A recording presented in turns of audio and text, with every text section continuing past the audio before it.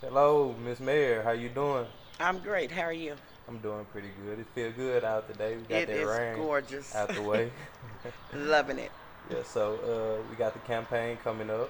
hmm What are some of your key button issues that you want to tackle as far as Marlin is concerned, and some of your ways you feel like you're going to get it done? So, when I came into this, the entire system was broken. Right. So, like I told all of the staff and everybody that I talked to, we're rebuilding a system from the ground up. Right. We're rebuilding a city from the ground up. So we started with the finances because, as Right. without the proper finances, you can't do anything. You Okay. have to True. have your finances in order to be able to make next steps. Right. So that's one of the things that we focused on first is ensuring that we had the necessary revenue to do what we needed to do. We didn't have any street equipment that had been auctioned off in previous administrations, so there wasn't any way to do streets. Mm. So once we figured out that we were never going to have the revenue to do streets with the way that Marlin was going, because we only have 2,500 water customers. Right. So when you factor in what they pay per month, um, with the expenses that we have that comes out of that money, Right. we were never going to have the money. Mm. So we did the street bond. The street bond allowed us to get a lump sum of revenue, $2.4 million Right. coming in to do some streets with, because we drive on these streets too. We knew what they were like. Yes, ma'am. So, of course, we definitely want to make some changes happen, but we did not have the money to do it. And I don't know if people don't understand it. Yeah, But and that's what I was gonna say. Not to cut you off, but hmm this is the type of stuff that if people these days, social media, if it's not on their front page when they see it scrolling across it, they're not going to read into it. exactly. So a lot of people go on the current events page and Facebook, and they voice their frustrations, not doing the proper research and hmm knowing why things are like that. Why they are that they So are. I'm glad we getting a chance to do this because you're actually explaining. Not only I had a little understanding, hmm but you not only explain it to me, but explain it to the people like what's going on. This is like really an insider into the nitty gritty of what makes the city go. Absolutely. Not to cut you And off, you can carry on. once we had that election, there's a cycle that has to take place before you can even put your bonds out for sale. So we had that election last May. We couldn't even start the necessary paperwork until August.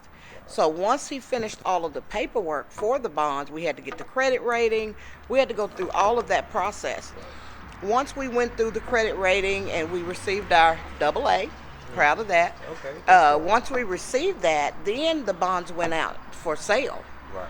And thankfully, and it's really a blessing that somebody we don't even know, a millionaire, purchased our bonds for the full $2.4 million.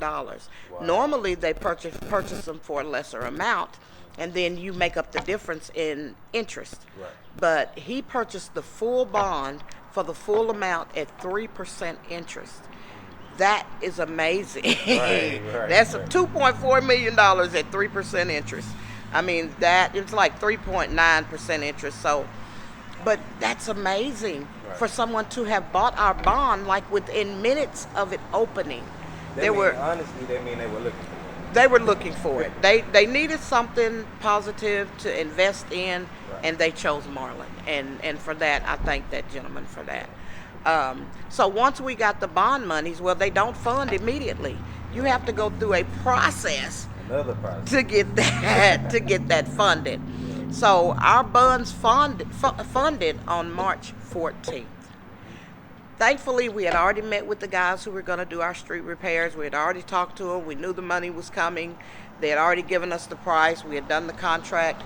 So prior to that bond funding, we were able to take from our reserve account, because we now have a reserve account that the city holds that we haven't had before. We were able to take monies from that so that they could go ahead and get started. Right. But prior to that, prior to our bond selling, we couldn't make promises on something we didn't know was going to happen. Right. But it did. And once we knew that it did, then we could start the street repairs. So it's not like we weren't doing anything because we, just wanted to wait until an election time. This is just when things took place. It's a process. It's the process, and this is when the processes occurred. So even with the grant loan monies that we have, we got those monies in December of 2019, and they haven't broken ground yet. Because of COVID, most of the state agencies didn't work. Right. So that delayed our progress. Right. So we were going back and forth. We're trying to get approvals. The engineers do the work. Mm-hmm. They do the work. They submit it to Texas Water Development Board. Water Development Board has to approve it before they'll approve for them to build to be paid. Right. So if it's not acceptable to Water Development Board, they send it back to the engineers. Right. The engineers have to make the corrections, then they send it back to Water Development Board. This is what we've been going back and forth with since the beginning of this. So we've been through the planning phase, we've been through the design phase, now we're at the construction phase, and this is where we are. We're waiting for TWDB to approve the plans that have been submitted by the engineers. They're 100% complete, but before they can even put it out for bid. So once that's approved by the Texas Water Development Board, then there's a bid process. You have to bid it out to contractors. The contractor with the lowest bid will probably, get awarded the contract. That has to be approved by Water Development Board. Once that's approved by Water Development Board, then we have to have a pre-conference. Then we give a notice to proceed before they can ever do any construction. Right. So there's a lot to go through. It's not an easy process. I know it looks like, okay, you got this money, go get to work. That's not how it works. It's a lot of behind the scenes business that needs it's to a be lot. taken care of. Okay. And because there were so many delays in the initial stages, what we started doing, we actually drove down to Austin and talked to Texas Water Development Board because we felt like we were being intentionally delayed. And we had a problem with that. Yeah, that's an issue. Yes. So we went down, we met, from the top of Texas Water Development Board, project management down to the individual that works on our specific project. We met with all of them in a room, and they told us it typically doesn't take this long for projects to get started. Right. So, hear it out, please. Yes. So our the individual who oversees our project, she explained some of the delays with our project engineers not filling out the appropriate paperwork, not sending in correct information the first time. Right. So it's been having to go back and forth and back and forth to them until we finally, now we have monthly meetings to assess progress. And progress is moving. Okay. But now that we're doing it monthly, okay, now where are we from last month? What have we approved? What does it take to get this approved? How can we make sure that by the time we meet in a month that this is done?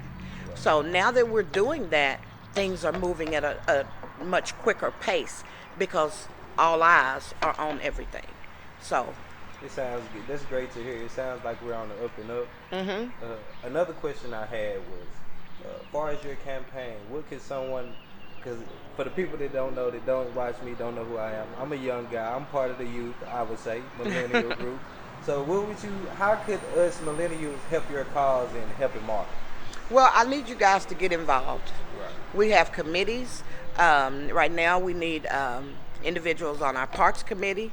Right. We need the Variance Committee. I think we still have one opening on our Economic Development Committee. Get involved, because I'm not going to be there forever. Right. Someone is going to have to take the reins when I'm gone.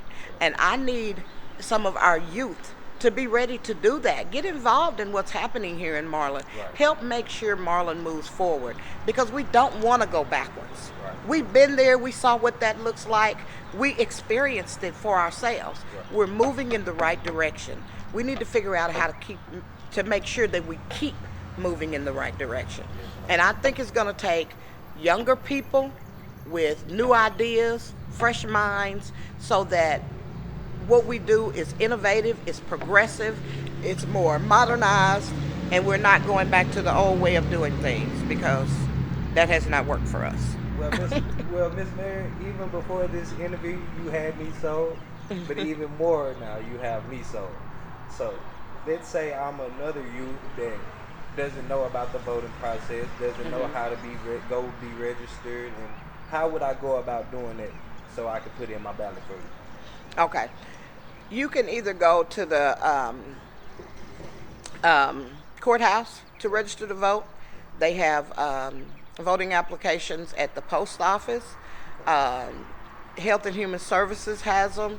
I think you can even register online to vote. Yeah, So they there's need that. an online application for the younger generation who's used to computers. Yeah. So making sure that you're registered to vote and that you participate in the process. A lot of people have hesitation about voting in more of the national elections, but your local elections matter because it's your voice that gets heard here. It's immediate. It's right It's there. yes, You can directly it's control the immediate. outcome of your city. That's it. Right, right. And your voice matters. It does. So, I mean, we saw that in 2019 Right. when everybody turned out, and the devil tried, Yeah, as always. but he could not overshadow what God had for Marlin. So, and I stand on that. We recently had a tragedy with one of our young potential blooming young talents in Dante Trotter. And as the mayor, what would you say to console the city of Marlin as we go through this great grief? Well, we're a family. We've always been a family. This has broken all of our hearts. Indeed. Nobody wants to bury a child. At all. That's just, it broke my heart to hear it. And then I have children who went to school with him as well. So I'm helping them to understand what went on. But we're a family. We've always been a family. We come together in times of need, in times of crisis. And to the parents, we're here for you. We're your family. Whatever you need from us, we're here to help you. We're here to help console you, to do whatever it is that you need us to do. We're going to get through this together as a family, and we're going to lean on each other, and we're going to trust God through it all. But we're going to be a family like we always are. That's great. That's great. Well, Ms. Carolyn, thank you. Thank you again, and good luck with the election. And I Thank just you. know it's going to swing in our favor. Appreciate you. Thank you for your time. Thank you.